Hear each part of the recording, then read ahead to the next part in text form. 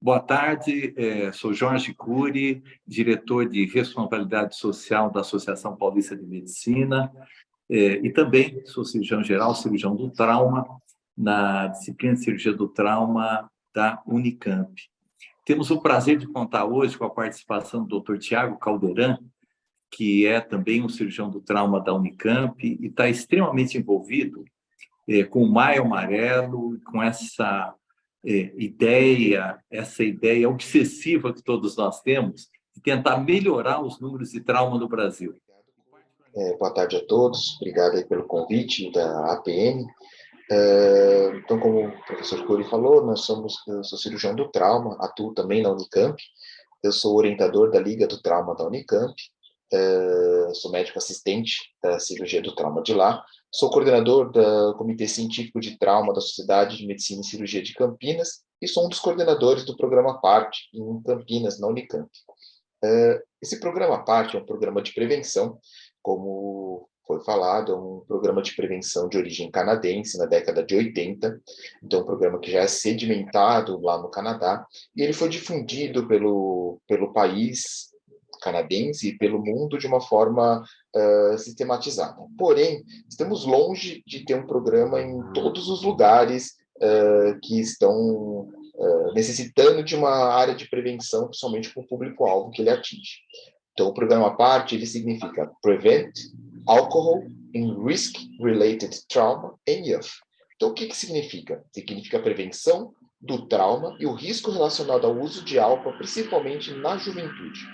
Então, ele dissemina e discrimina nosso público-alvo, que é o grupo de jovens, principalmente aqueles jovens que estão próximos a tirar a carteira de habilitação ou acabado de retirar a carteira de habilitação, 14, 15, até 18 anos, que é o grupo de jovens que já estão se inserindo no meio de transporte, principalmente nos seus veículos motorizados, e tende também ao fazer os seus 18 anos, a permissão de utilização de bebidas alcoólicas. E sabemos que essa combinação é uma combinação que não é segura, é uma combinação de risco.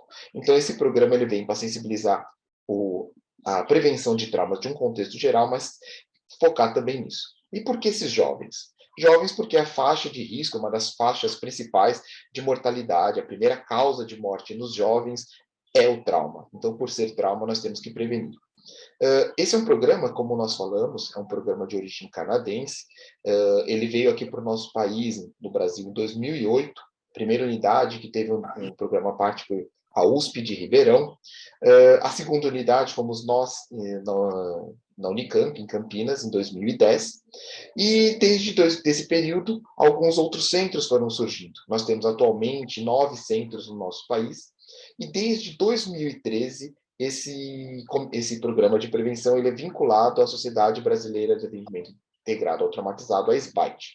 Então, para poder montar uma unidade, tem que também estar vinculado com essa sociedade.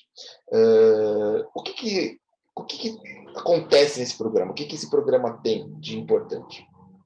Então, esses jovens, eles são levados até um ambiente não de segurança, então eles saem do seu ambiente escolar, eles são levados até um ambiente onde é prestado atendimento a trauma ou acontece o atendimento a traumatizado, seja no ambiente pré-hospitalar ou no intra-hospitalar. No caso da Unicamp, esses pacientes, esses alunos são levados até o Hospital de Clínicas da Unicamp, e nesse ambiente ele passa por um momento de vivência, onde diversos parceiros mostram o que são riscos no trânsito, quais são as consequências desse risco e como você pode ter melhores escolhas. Então, nós temos parceiros, equipe de pré-hospitalar, através do SAMU de Campinas, algumas unidades têm equipe do Corpo de Bombeiro, nós temos o pessoal do Trânsito de Campinas, que é um dos nossos braços direitos, que é o pessoal da Intec, que é a empresa de desenvolvimento de Campinas, que é o equivalente aos DETRANS das suas cidades, cada cidade acaba tendo uma sigla. Nós temos o pessoal da Polícia Militar Rodoviária e o próprio Hospital de Clínicas, que acaba nos auxiliando. Esse primeiro momento é um momento de mostrar os riscos, mostrar o que é trauma, mostrar as consequências, ambientalizar esses jovens num ambiente sistematizado, todos baseados nas regras do programa canadense. E depois desse momento, os alunos que estão nesse ambiente hospitalar, eles vão realmente conhecer o que é o trauma na sua realidade. Eles vão fazer uma visita pelo hospital e vão conversar com pacientes traumatizados de verdade.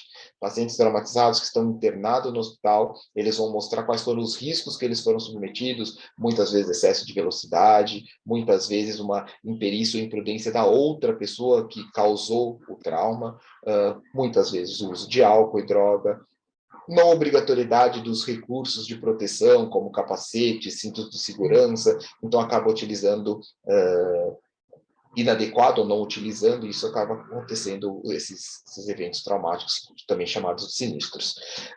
E depois, esse grupo de alunos, eles voltam ao seu ambiente inicial e eles compartilham as suas experiências, eles conversam muitas vezes com um paciente reabilitado, mas às vezes com sequelas, às vezes um cadeirante, às vezes um paciente com algum déficit, e também com os próprios alunos acadêmicos da Liga do Trauma, que coordenam os programas e atuam junto com isso.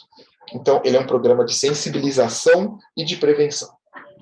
Este é um programa que, lá no Canadá, já temos algumas publicações, né, em revistas renomadas no ambiente de trauma, que mostraram que todos os que participaram desse programa, tivemos uma diminuição sensível através da estatística de eventos traumáticos. Então, ele mostra a sua efetividade lá no Canadá, não pode ser diferente aqui no nosso país. Nós temos mais de 10 anos de programa, né? Temos 12 anos, temos o período da pandemia que veio uma causada, mas é um programa de prevenção já sedimentado, que possui as suas regras e, como o tal, a gente pode estar disseminando pelo nosso país.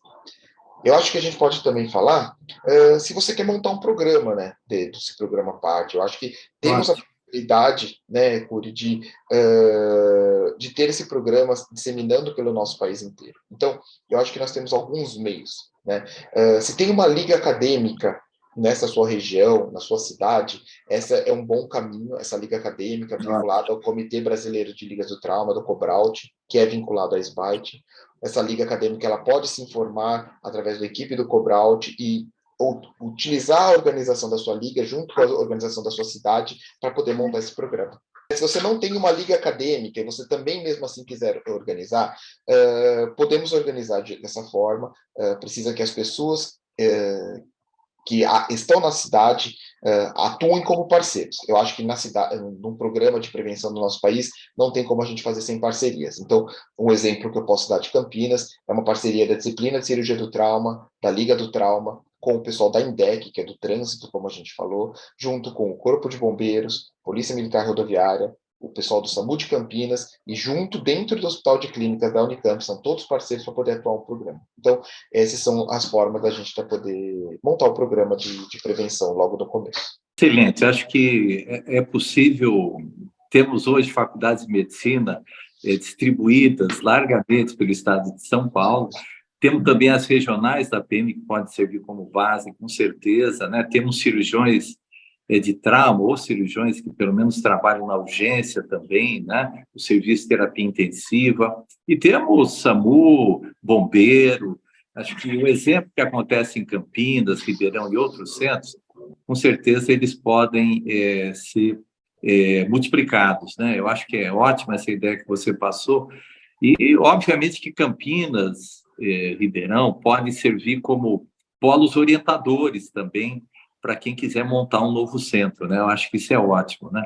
Assim como inclusive, Curi, desculpa te cortar, mas dentro do programa canadense, como a gente segue uma regra do programa original, existe a obrigatoriedade do lugar novo que for montar um novo centro, ele ter visitado um programa de prevenção parte ativo. Então, com certeza, o programa, a USP de Ribeirão, aqui no estado de São Paulo, o que nós podemos dizer? Que nós temos uma unidade na USP de Ribeirão, nós temos duas unidades em Campinas, uma na Unicamp e uma na PUC, temos uma unidade em São José dos Campos e temos uma unidade em Sorocaba. Então, qualquer um desses centros, desde que ele esteja ativo e funcionante, ele pode ser visitado pela equipe que deseja montar um programa e montar um programa na sua cidade ou na sua região. Ótimo, excelente. Eu acho que Eu acho que esse seria um ponto fundamental, né, para a gente tentar mudar essa cultura, né? Porque realmente o jovem ele é extremamente acometido pelos acidentes de trânsito, e é impressionante como o jovem ele é, como a gente brinca, destemido, né? Ele acaba não tendo noção do perigo e acaba se colocando em muitas situações de risco. Como você colocou muito bem, é uma questão de escolha, né? Eu acho que o jovem também é muito sensível, como você descreveu, essa visitação e até a conversa com pacientes que foram, infelizmente, traumatizados e muitas vezes até apresentam sequelas, né? Tanto ortopédicas como neurológicas e até no seu sentido mais geral, né? Você disse que se percebeu no Canadá uma diminuição, né? E no Brasil, tem algum sinal disso já ou tem muita coisa para ser feita para a gente conseguir perceber, assim, estatisticamente, alguma coisa mais significativa? No nosso país, primeiro, nosso país é muito grande, né? Então, eu acho que temos que ter diversos polos de programa, não só nas cidades principais dos estados, mas não nas capitais, nas cidades principais, mas em diversas cidades nós temos que ter os programas de prevenção. Eu acredito que no nosso país a gente falta muito a coleta de dados para ver o quanto efetivo os nossos Sim. programas de prevenção eles vão realmente modificar o comportamento. O que a gente tem, sem ser por trabalho científico ou uma estatística oficial, nós observamos que todas as vezes aqui em Campinas que a gente faz campanhas de prevenção, por exemplo, sempre tem uma parceria do pessoal da Secretaria de Saúde, Secretaria Municipal de Saúde e de Trânsito, para fazer campanhas juntos com nós da Liga do Trauma. Toda vez que nós fazemos campanhas, nós temos diminuição da incidência dos traumas naquela região. Então, nós temos uma avenida bem movimentada, um alto índice de mortalidade. Toda vez que tem campanha, diminui os índices. Inclusive, nos meses de maio amarelo, são os meses de menor incidência de trauma de forma geral. Eu acredito que precisamos fazer Maio Amarelo o ano inteiro, então. Acho que a conclusão é... Com certeza absoluta. A gente não pode fazer a prevenção de trauma só no mês de maio. Eu acho que instituições importantes como a APM e outras sociedades, elas são imprescindíveis para que dissemine a prevenção no meio de forma geral, não só no meio médico, mas no meio leigo principal, nas mídias sociais. E se a gente conseguir ter um apoio de instituições, de sociedades, inclusive de governos, sem qualquer cunho político, nós conseguiríamos, com certeza, otimizar melhor essas campanhas de prevenção, no caso de trauma, diminuir a mortalidade dos jovens adultos, que é a maior causa de morte nessas idades, e com isso a gente ter uma resposta para, olha, melhoramos. Né? No Canadá, eles têm incentivo do governo, eles têm apoio do governo, eles têm financiamento de governo, que é totalmente diferente da nossa realidade no nosso país. Então, nós precisamos de mais incentivo da população, não só governamental, mas instituições não governamentais e instituições e entidades. Tem sido muito falado recentemente, mas já é um tema de bom tempo, né? A importância de haver essa comunicação mais adequada, inclusive em termos de referência, contra-referência, entre um hospital central, que a gente poderia chamar aqui no Brasil de um centro de trauma, como os HCs, né? Com a região. Você acha que teria espaço para a gente ampliar essa comunicação com a região, de repente fazer um programa de parte com jovens de cidades vizinhas aqui, Valinhos, Vinhedo, Paulínia, Indaiatuba, né? Tem cidades grandes aqui na região, que a gente pode considerar talvez até Piracicaba, né? E muitas pessoas se acidentam de forma grave, é diário, né? Nós temos ouvido nos noticiários e visto até de perto, você que trabalha na estrada também, né? Infelizmente, são muitas pessoas acometidas, né? Eu acho que teria um espaço interessante. O que você acha dessa questão da regionalização e da gente ampliar essa educação também para a região em volta aqui?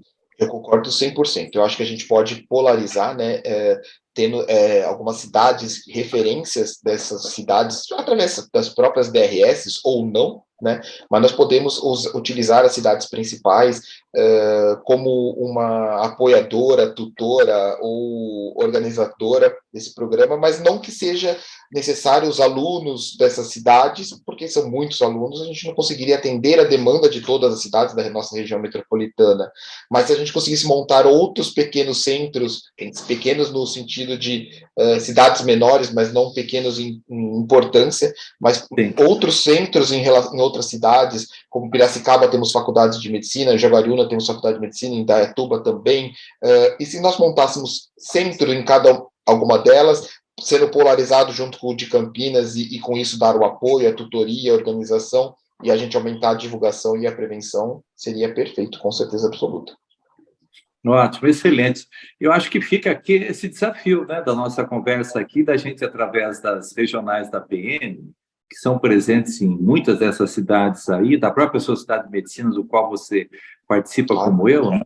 A gente talvez ampliar essa conversa e divulgar mais esses eventos e essa conscientização, né? Eu tenho visto também uma coisa interessante, que você contou, inclusive, durante a sua explanação, essa questão da visitação às pessoas traumatizadas, né?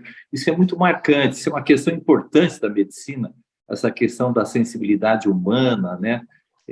Da empatia com os nossos pacientes, inclusive nós que trabalhamos com os traumatizados, né? Mas, de repente, até um pouco de terrorismo, entre aspas, com os jovens pode ser positivo no sentido deles caírem na realidade, né? Acho que mostrar a realidade não é com o objetivo cru e simplesmente de falar, eu quero chocar. É mostrar que é real, que isso acontece. Né? Então, conversar com uma vítima de trauma ou com os familiares dessa vítima e mostrar que isso é uma realidade, mostra para eles que não é uma coisa de televisão, né? Que é uma coisa de série, de novela, Sim. é uma coisa que acontece realmente, que eles podem ser uma vítima de algum evento no trânsito e que eles têm que escolher certo para que o risco não seja o principal atrativo. Opa, vou correr para quê?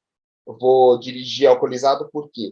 E esses são seus riscos. E quais são suas escolhas? Quais são suas consequências disso? A consequência pode ser uma invalidez temporária, uma invalidez permanente, ou pode ser uma morte, infelizmente. Sim. Você falou, comparativamente, inclusive, a gente tem clareza em relação a isso.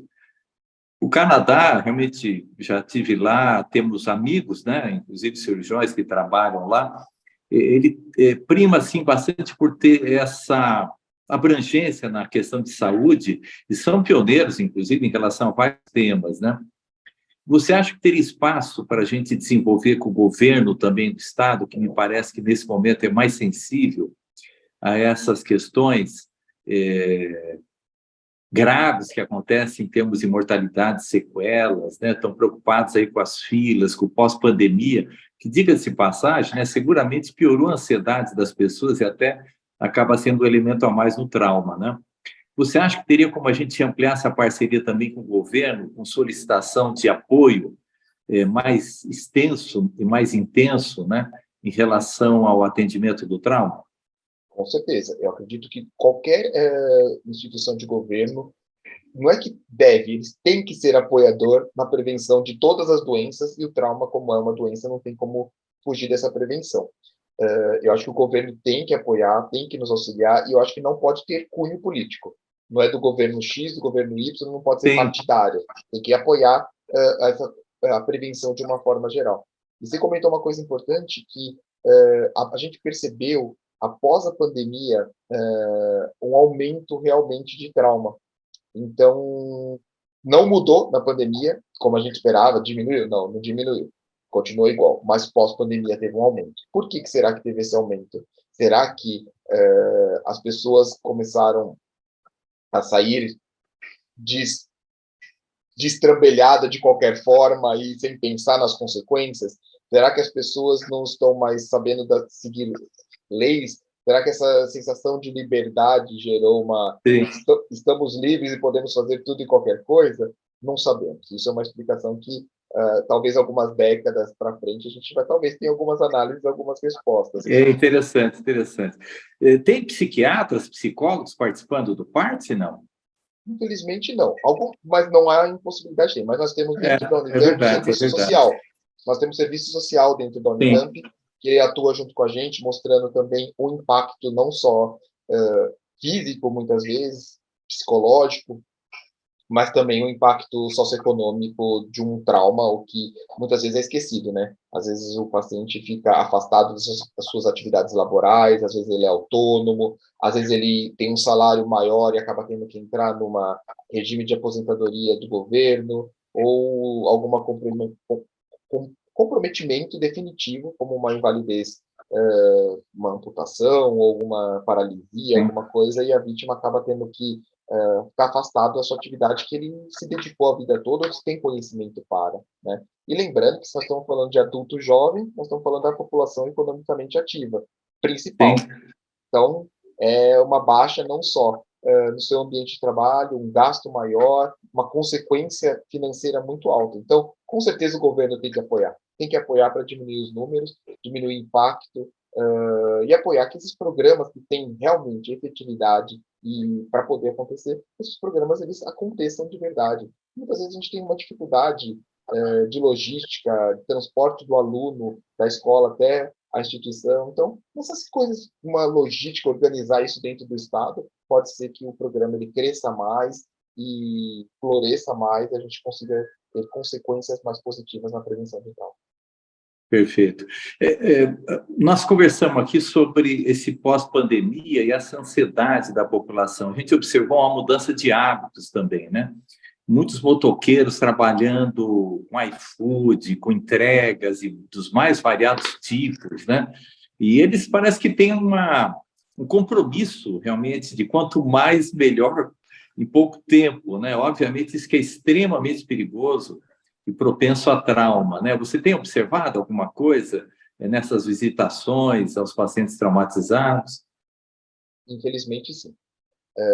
Nós temos uma incidência aumentada, principalmente aqui na cidade de Campinas e na região, tanto de trauma quanto mortalidade de motociclistas, e o segundo grupo de pedestres. Então, nós temos atropelamentos também entrando na segunda faixa aí, com bastante incidência.